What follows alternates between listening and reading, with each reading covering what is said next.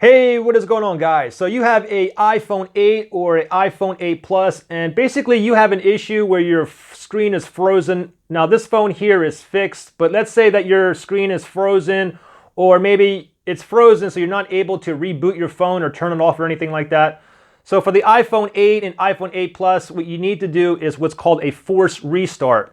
Now take note, the iPhone 8 and iPhone 8 Plus, it's different from all the previous iPhones. However, this is the same method, the same key combination for the iPhone X as well. So it's very, very simple. Again, your screen is frozen. What you want to do is a 3-key combination. You want to press the volume up, volume down, and then press and hold the power button here until you see the Apple logo. So let's go ahead and do this. Ready?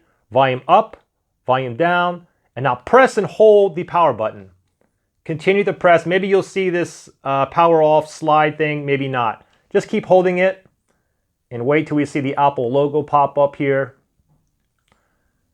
And then once that pops up and once you're back into your phone, you should be up and running. Again, really quickly, that combo for a forced restart, guys, is volume up, volume down, and then press and hold the power button until you see the Apple logo. Pretty simple.